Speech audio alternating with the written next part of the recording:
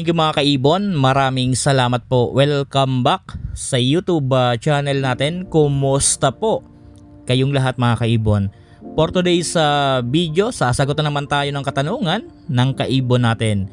Ito po yung una na katanungan sa akin ng kaibon natin. Ang tanong, meron daw si Sir Parisan na green Ewing na cock at yung kapares green na hen. Naglabas daw ng yellow bulls at disino. Ang tanong sa atin ni Sir ngayon, posible daw ba na naka-split yung parent sa ino? Mga kaibon, disclaimer lang. Ang isi-share ko dito ay base lamang ito sa kaalaman ko at karanasan ko sa pag-aalaga ng mga ibon. Sa katanungan, dahil yung parisan ni Sir parehong green series, naglabas po ng yellow bulls at naglabas po ng disino. Ang tanong niya kung naka-split daw ba yung parents sa ino. Mga kaibon, itong parisan ni Sir, kapag po hindi ito maglabas ng visual lutino or kaya naman visual cremino, isa lang po dyan ang merong posibleng dugong ino. Dahil po naglalabas po siya ng kalinyada ng mga ino. Ito kasing mga yellow bulls at itong disino, sila po ay nanggaling yan sa mga parisan na merong dugong ino. Kaya po naglabas ng ganyan. Kung wala pong visual itong ilalabas, posible lang po na isa dyan sa parent ang naka-split sa ino. Pero yung parent nang yan, napakaganda po dahil pareho po yan naka-split sa parblu. Kaya po naglabas po ng disino. Ngayon, kung maglabas yan ng visual, talagang doon natin malalaman na sure na naka-split sila sa ino at naka-split pa po pareho sa parblu, lalo kung maglabas po ng cremino o paline. Pero kung tatlo or apat na clutch, ganyan lang lagi ang nilalabas, isa lang po dyan ang sigurado ako na merong dugong ino. Dahil po kung ganyan palagi ang nilalabas, kagaya ng yellow bulls and then disino, posible po na isa lang. Pero kapag naglabas na yan ng visual, doon natin yan malalaman na pareho talaga yan naka-split sa ino. Doon sa kung isa lang ang naka-split dyan sa dugong ino, yun ang din natin matutukoy. Lalo na po kung hindi po ninyo matrace kung ano ang pinagmulan. Pero kung matrace naman po ninyo kung ano ang pinagmulan, mas maganda. So antayin nyo lang sir na magkaroon ng visual para malaman natin kung pareho sila naka-split sa ino. At sigurado po ako pareho po sila naka-split po yan sa parblu dahil naglabas po ng disino. Ang disino po kasi parblu po yan. So doon sa kaibon natin kay sir, kapag wala po nilabas na visual, sigurado po ako isa lang po yan ang merong dugong ino. Pero kapag lumabas na ng visual, pareho po yan meron. Kaya konting antay lang. Kapag wala talagang lumabas na visual, isa lang po dyan ang posible na merong dugong ino. Doon sa mga naging anak na yellow bulls, napakaganda po niyan. Ipares nyo po yan sa merong dugong ino, matik po yan, maglalabas po yan ng visual.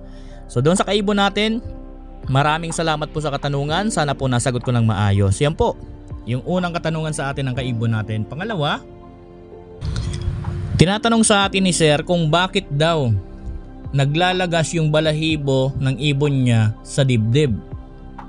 So mga kaibon, kung naglalagas yung balahibo, pag tinawag natin na molting, halos lahat po yan sabay-sabay.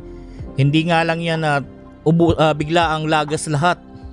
Konting-konting nalalaglag yung balahibo kapag nagmamolting yung mga alaga natin. Kunti-kunti nalalaglag yan, tapos hindi yan sabay-sabay malalaglag. Paunti-unti lang yan sa buong part ng katawan niya. Kapag mayroong tumubo, may malalagas. Kapag may tumubo, malalagas. Madalas nangyayari yan sa edad ng ibon na 6 months to 7 months. Yan na po ang pinakang pamatured niya. Pag natapos na po ang molting ng yan na 7 months, ready na po yan sa breeding, mga kaibon. Pero kung ang ibon natin, ang tanging nalagas lang, lalo kung matured na, tapos ang nalagas lang yung dibdib, hindi po yung molting. Stress po yan, binubunot po niya yan. Kapag po ganyan na puro dibdib lang ang tinatanggal, stress po ang ibon dyan. Kaya po niya yan na binubunot.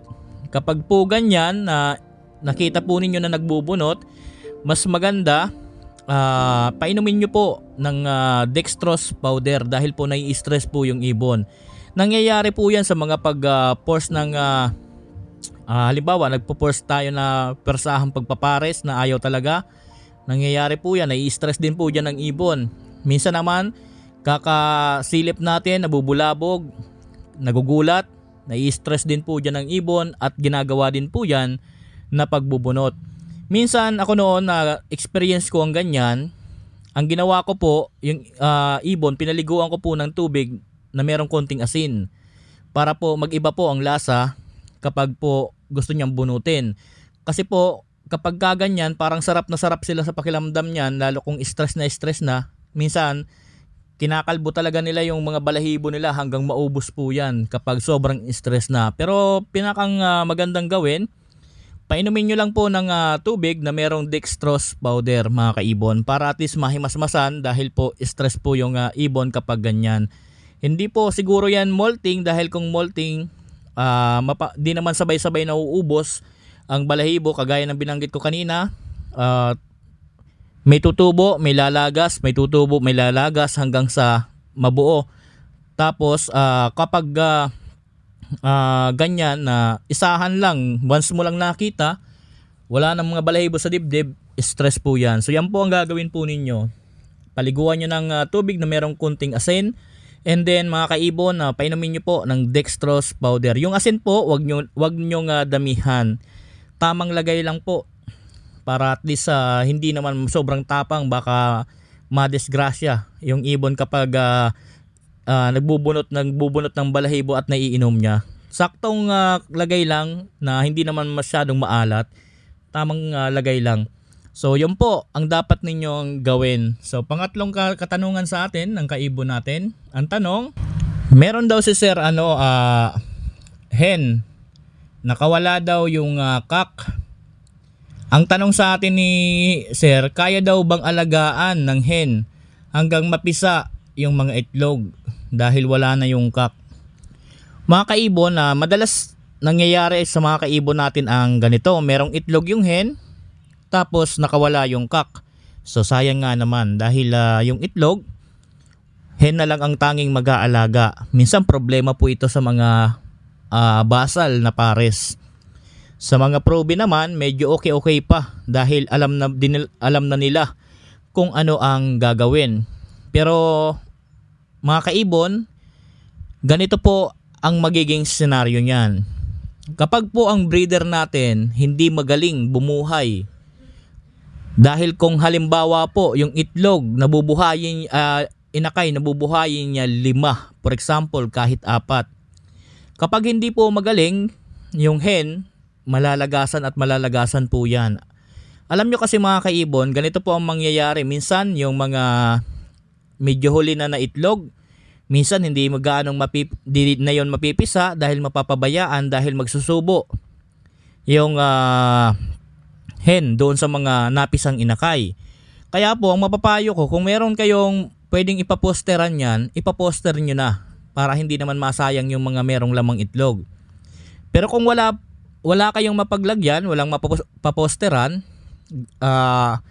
hayaan nyo na lang yung hen, diskarte na lang ng hen yan kung paano mabubuhay yung mga inakay. Pero talagang malalagasan yan kung merong mga inakay. Minsan naman yung mga huling itlog, hindi na yon gaano, para sa akin, hindi na yon mapipisa. Lalo na po kung hindi na nalilimliman ng maayos. Pero kung mas maganda kung napisa sana lahat bago nawala yung kak, okay lang yan dahil masusubuan ng hen yan kahit papano. Pero kahit na masubuan ng hen yon, minsan merong malalagasan dyan dahil hindi naman mapapansin ng hen yan, lalo kung talagang sobrang busy magsubo sa mga ibang inakay, na meron dyan mababansot or kaya naman talagang mawawala. Pero kung ang hen natin magaling magbuhay, kayang-kaya po niya yan na buhayin. Lalo kung ang hen talaga natin madiskarte na, marunong na sa lahat kapag paano ang tamang pagsubo sa mga inakay at tamang pag-alaga, mabubuhay po yan. Ganito kasi yung naging experience ko rin sa mga ganyan na nakakawala noon yung mga kak. Yung 5 itlog, napisa yung 3, sinubuan na ng sinubuan ng hen yan, binubuhay na, napabayaan na yung 2 itlog dahil hindi na nga ganong malimliman dahil nga busy sa pagbuhay sa 3 inakay. So ngayon, yung 2 itlog lang yon, dead in shell na yon. Tapos yung 3 inakay, so far naman nabuhay dalawa, nawala din yung isa. Ngayon, yung 2 na lang na natira, nabuhay naman ng hen at napalaki kahit walang kak na katulong. Kaya po, kung magaling din yung hen ninyo, pwedeng mabuhay po yung ibang inakay dyan. Pero kung basal yan, yun tayo magkakaproblema. Dahil hindi rin gaanong maalam pa yan, bastang alam lang din yan, maglimlim. So, di ko alam about doon sa pag-subo-subo dahil siyempre naglilimlim palabas-labas. Yung iba, kung meron talagang itlog, di gaanong malilimliman yon dahil lumalabas na yung hen, kumakain para isubo sa mga inakay. Kung mas maganda kung meron pong paposteran, ipaposter muna ninyo. Pero kung wala, hayaan nyo po muna yung hen. Diskarte na lang ng hen yan kung paano mabubuhay yung mga inakay or kung mapipisa niya. Kung itlog pa lang, kung paano niya mapipisa yun at bubuhayin. So, sa ganito, hindi tayo 100% sure na bubuhay yan lahat. Pero at meron mabubuhay dyan. Basta yung hen magaling. So, yun po. Doon sa mga kaibon natin na nagtanong, maraming salamat po sa inyo mga kaibon. Sa mga kaibon natin dyan na gustong magtanong, mag-comment lang po kayo at sasagutin ko po yan sa susunod nating video. Maraming salamat po. Happy birthday sa ating lahat. God bless po sa ating lahat mga kaibon.